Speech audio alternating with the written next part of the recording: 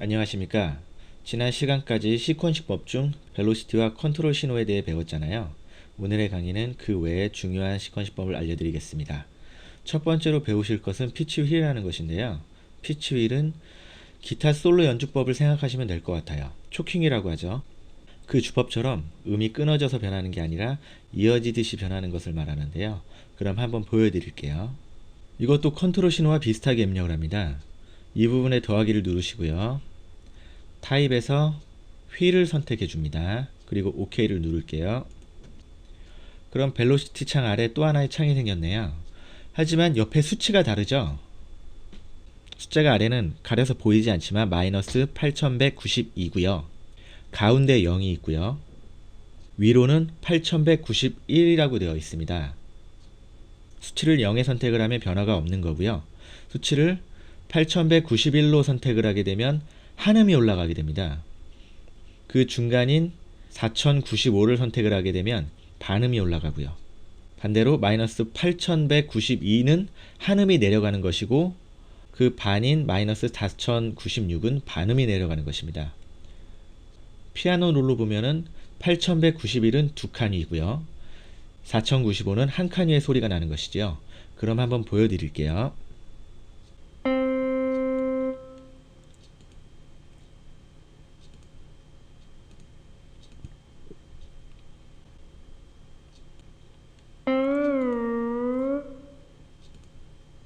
음이 서서히 올라가고 내려가는 게 느껴지시죠? 이런 식으로 초킹 같은 그런 효과를 주거나 할 때 많이 쓰는 명령어입니다. 그리고 주법이 효과를 끝낼 때는 반드시 0을 찍어 주셔야 됩니다.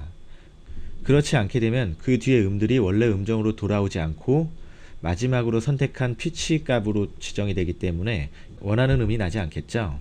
잊지 말고 0으로 해주셔야 됩니다. 다음에 배우실 것은 트랜스포즈입니다. 음 높이를 일괄적으로 바꿔주는 것인데요. 바꿔줄 노트를 선택을 하시고요. 프로세스에 트랜스포즈라고 있죠. 이걸 실행하시면 이와 같은 창이 뜹니다. 어마운트의 수치를 입력하면 되는데요. 숫자 하나당 반음씩입니다. 그럼 한번 보여드릴게요. 보셨죠? 각 음들이 한 옥타브 위로 올라갔네요. 제가 수치를 12라고 입력을 했습니다. 반음씩 12음이 올라가면 한 옥타브입니다. 그래서 한 옥타브가 올라갔는데요. 반대로 마이너스 12라고 입력을 해보겠습니다.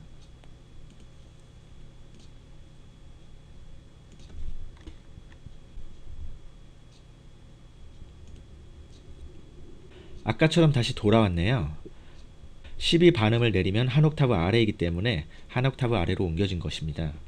마우스로 이동을 해도 되지만 노트 수가 많을 때는 굉장히 불편할 것입니다. 그럴 때 이 명령어로 한 번에 음정을 바꿔주시면 굉장히 편리하겠죠. 그 다음은 퀀타이즈인데요.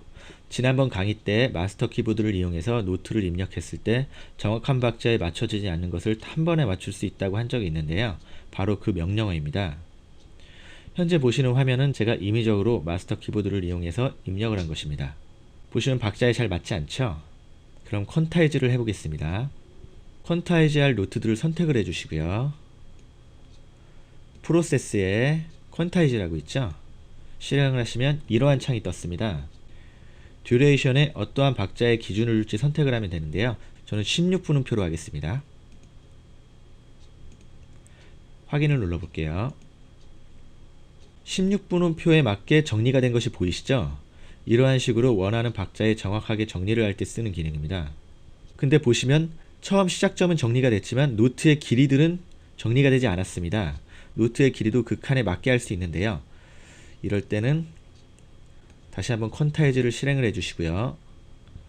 여기를 보시면 노트 듀레이션스라고 있죠? 여기에 체크를 하시고 확인을 눌러주시면 노트의 길이들이 16분음표에 맞게 변했네요. 이런 식으로 노트의 시작점이나 길이들을 정리할 때 쓰는 기능입니다. 퀀타이즈 명령에서 그루브를 줄 수도 있고 여러가지 방법으로 정리를 할 수 있는데 그 기능은 중급자 코스에서 알려드리겠습니다. 그리고 또 하나의 명령어는 랭스인데요. 노트의 길이를 한 번에 바꿔주는 기능입니다. 바꿔줄 노트들을 선택을 하시고요. 프로세스에 랭스라고 있죠. 실행을 하면 이러한 창이 떴는데요. 여기 by라고 있죠? 수치를 입력하면 되는데 이 수치는 퍼센티지입니다.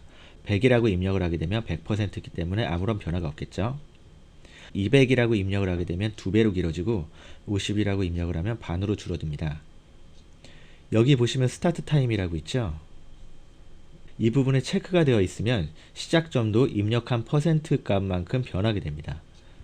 음의 길이만 조정을 하고 싶다면 이 부분의 체크는 해제를 하시고 실행을 해야 됩니다.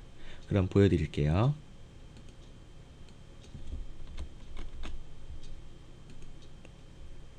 음의 길이가 2배로 늘어났네요. 그럼 스타트 타임에 체크를 하고 실행을 해보겠습니다. 다시 아까처럼 되돌리고요.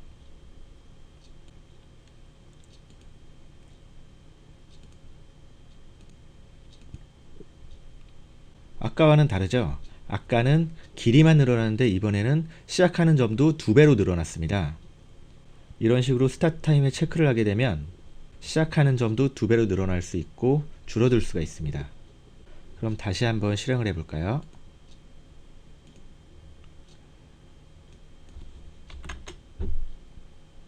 스타트 타임에 체크를 해보고 50이라고 입력을 하고 실행을 해보겠습니다. 시작점은 그대로인데 노트의 길이는 반으로 줄어들었네요. 그럼 이번에는 듀레이션에 체크를 하지 않고 스타트 타임에만 체크를 해볼게요. 50으로 입력을 하겠습니다. 이번에는 노트의 길이는 전혀 변하지가 않았는데 시작하는 점이 반으로 당겨졌네요. 이렇게 음의 길이와 음의 시작점을 일괄적으로 수정을 할 때 쓰이는 기능입니다. 이 기능도 굉장히 많이 쓰이는 기능이기 때문에 꼭 알아두셔야 될 기능 중에 하나입니다. 지금까지 여러 회에 걸쳐 미디 시퀀싱 하는 법을 배워봤는데요. 이외에도 편리한 기능이 더 있지만 여기까지만 하셔도 시퀀싱 하는데 큰 문제가 없기 때문에 여기까지 알려드리도록 할게요. 소나 강좌는 여기까지고요. 지금까지 시청해주신 여러분들 대단히 감사드립니다. 저는 더 나은 강의를 가지고 찾아뵙도록 할게요. 하시는 일 다 잘 되시고요. 다음에 뵙도록 할게요.